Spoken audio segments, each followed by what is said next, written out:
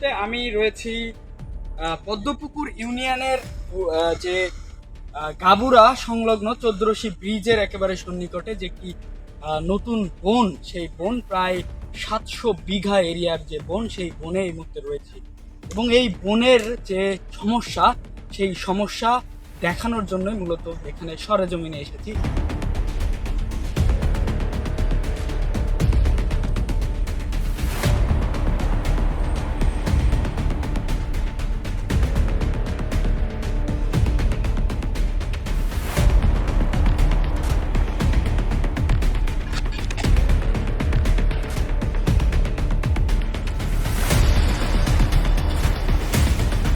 প্রথমেই দেখলে মনে হবে না এটি কোনো বনের ভেতরের অংশ, অর্থাৎ এই বনের ভিতরে যতটুকু পরিমাণ ফাঁকা জায়গা রয়েছে কিংবা গাছের তলা রয়েছে কিংবা গাছ কেটে ফাঁকা জায়গা বানিয়ে সেই জায়গায় এরকম অসংখ্য গর্ত তৈরি করা হয়েছে এবং জোয়ারের সময় যে পানি এই গর্তে প্রবেশ করে, সেই প্রবেশের সময় যে রেণু পোনা, বিভিন্ন প্রজাতির যে পোনা রয়েছে সেগুলো কিন্তু এখানে আটকা পড়ে। পরবর্তীতে এই পোনাগুলো এখান থেকে ধরা হয়। তবে এই অনুসন্ধানে জানা গেছে যে এই যে গর্তগুলো রয়েছে এখানে শত শত গর্ত রয়েছে এবং এক একজন ব্যক্তির নামে 100 থেকে 200 গর্ত এখানে রয়েছে, যারা কিনা সিন্ডিকেট আকারে এই গর্ত বাণিজ্য এখানে চালিয়ে যাচ্ছে। আজান কাটছিস, হালম কাটছিস, আর এরকম টুকটাক দেখা যাওয়ার পরে ও মইগুলা কাটতো 20টা। এইটা সে যদি 5000 আয় করতে পারে, আমি তো 500 আয় করতে পারি। এরকম আছে না, সবার এরকম ভাবে যাচ্ছে এই জায়গাটা। অবস্থা করতেছি, এটা তো সবার জন্য, এটা তো আর খালি আমার জন্য না, কি ও মামুর জন্য না, ও লোকের জন্য না।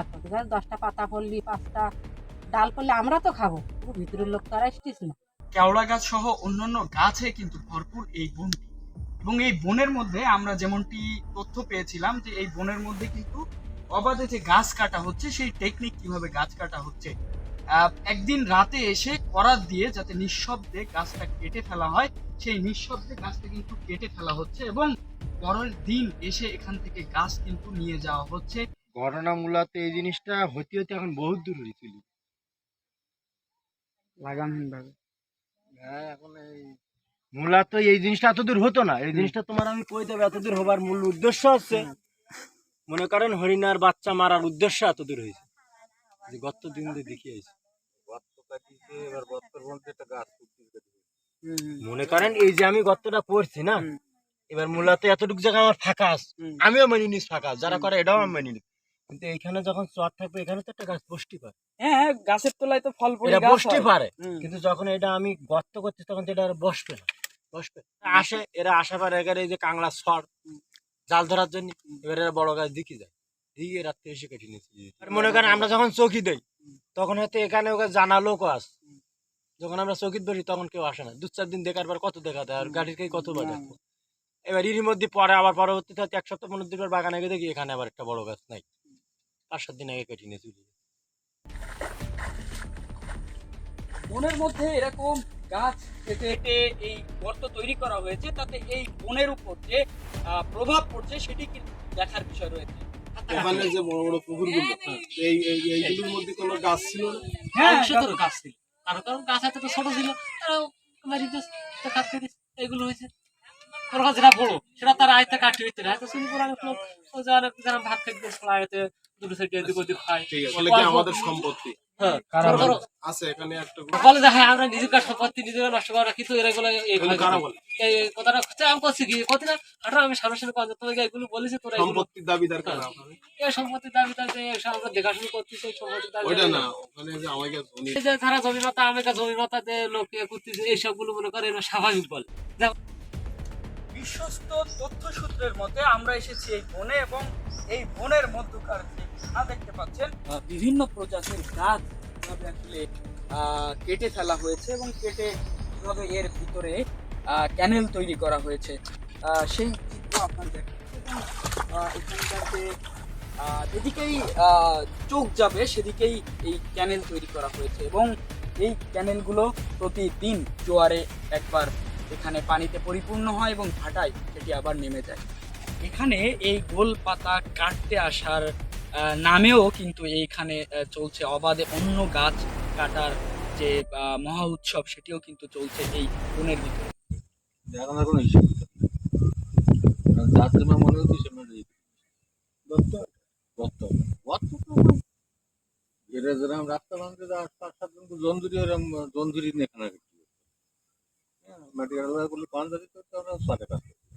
ভিতরে চলতে চলতে অনেকগুলো গর্ত পেয়েছি, এবার পেয়েছি একটি পুকুর, এবং এই পুকুরের মধ্যেই মূলত এই গর্তগুলো থেকে যে পোনা ধরা হয়, সেই রেণু পোনাগুলোকে এখানে সংরক্ষণ করা হয়।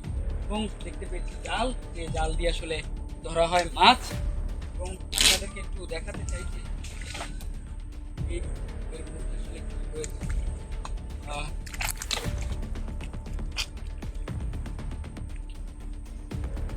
এটির মধ্যেই মূলত রেণু পোনা যেগুলো ধরা হয় সেগুলো এই বৃহৎ আকারের যে পুকুর, সেই পুকুরেই সংরক্ষণ করে রাখা হয়, এবং এভাবেই এই বনটিকে একেবারে ছিন্ন বিচ্ছিন্ন করে ফেলছে কিছু অসাধু মাছ ব্যবসায়ী। 14 কর্নারে সুন্দর একটা পরিবেশ সৃষ্টি হয়েছে এখানে, এবং দীর্ঘদিন এলাকার মানুষ তাদের সুবিধার্থে কিছু নেট জাল কিছু দিয়ে তারা এই বনটাকে তৈরি করছে।